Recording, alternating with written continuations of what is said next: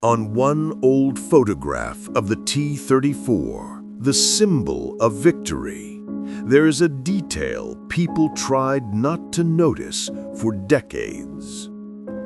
It looks trivial until you look closer, because when you do, you realize this part isn't Soviet, it's German. Why does a Soviet tank have wheels from a Panther? Who allowed this, and why? There's no record of it in the archives, but there are photos that give you chills. Soviet mechanics building Frankenstein machines from the enemy's parts. What drove them to do it? Madness, desperation, or genius born in the inferno of war? They say that in 1945, at a testing ground near Moscow, secret trials were held, trials never mentioned in newspapers. There they tested a tank whose running gear was half German, and the results astonished even the engineers. But the real surprise wasn't the technology, it was how this story reveals the hidden side of victory.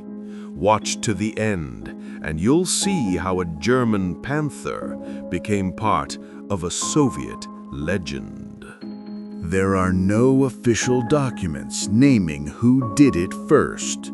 No orders, no signatures, only photos and the memories of men who kept machines alive under shell fire.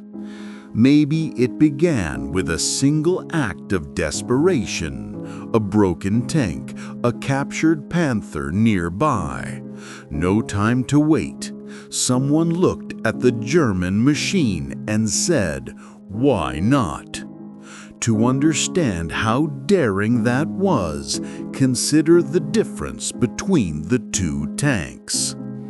Panther road wheels were 860 millimeters in diameter, the T-34's 830. Close, but not compatible. The hubs were entirely different.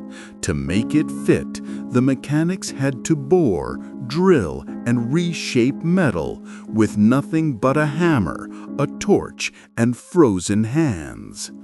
They reworked the German wheel, expanding its inner diameter to 210 millimeters to fit the Soviet hub. Then they re-drilled 8 holes by hand. Nothing matched perfectly, but it worked. It wasn't ideal engineering, it was survival engineering. Each repaired tank meant lives saved and battles won. On mobile tank repair stations near the front, known as PTRZ, such miracles happened every day. One winter in 1944, a group of mechanics worked for days without sleep. Sparks flew from welding torches, their breath froze in the air, and artillery thundered beyond the walls. Dozens of damaged T-34s stood waiting. Someone brought in Panther wheels, metal intact. A quick calculation, let's try. Sometimes the story of war hides not in archives, reports, or medals, but in a single photograph. A faded image, yellowed by time. A familiar silhouette, the T-34, low, powerful, unmistakable. But then your eye catches a detail. Something feels off. The wheels, they're different. A closer look, a new shape, a new pattern. And then comes the realization, these are not Soviet wheels. Before you stands a tank whose lower half was built from enemy metal. At first, you might think it's a restoration error, a mix of random parts. But this photo wasn't taken yesterday.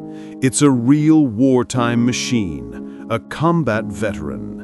And if it's not a mistake, then there's a story behind it. one that official history never told. During the Great Patriotic War, the T-34 became a symbol of Soviet might. But behind that heroism were thousands of practical decisions, driven not by ideology, but by brutal necessity. Tanks burned, broke down, sank in mud, traveled hundreds of kilometers without rest, and every one of them carried the fingerprints of the men who rebuilt them, often in the open field, under fire. Frontline mechanics worked beyond exhaustion. Wheels, tracks, gears, everything wore out faster than the factories could produce. When parts ran out, ingenuity took over. In those frozen workshops, under dim lamps and the stench of diesel, the impossible became routine. And someone one day decided, if we don't have our own parts, we'll use theirs. That's how Panther wheels appeared on a Soviet T-34. That moment marked one of the strangest experiments of the war. No theories, no manuals, just survival. Later photos confirmed it wasn't an isolated case. At least one repair base, the 4th PTRZ, was officially adapting Panther wheels to T-34s. Hard faces, frozen hands, exhausted eyes, but determination in every stare. Each conversion taught them to work faster, cleaner. German steel proved strong, almost as durable as Soviet metal. Almost. In spring 1945, at the famous Kubinka Proving Ground, they ran official tests. A T-34, fitted with Panther wheels, drove 604 kilometers. It survived. The wheels wore faster than the originals, but the system worked. The result? Approved for use. Units were allowed to install captured Panther wheels during field repairs. It wasn't a revolution, but it was proof of adaptability. Where factories failed, ingenuity prevailed. Where supplies ended, creativity began. No one knows how many tanks received these German wheels. Dozens, hundreds, maybe just a few prototypes. But each one was a reminder that war is not only a clash of armies, it's a battle of minds. Looking at those photos today, you can almost feel the cold air and hear the hammer on steel. Between burned armor plates and frozen tools hides a truth. The enemy's metal became part of victory. The mechanic who stood in that icy hangar in 1944 didn't think about ideology. He just knew it's either this or nothing. He held that German wheel, fitted it onto the Soviet hub, and when he heard the metal ring true, he smiled, because he knew this tank would move again. And when, months later, a T-34 rolled through East Prussia on those very wheels, it wasn't just a machine, it was a symbol of persistence, of courage, of human will. After the war, no one talked about it. It seemed too small, too technical.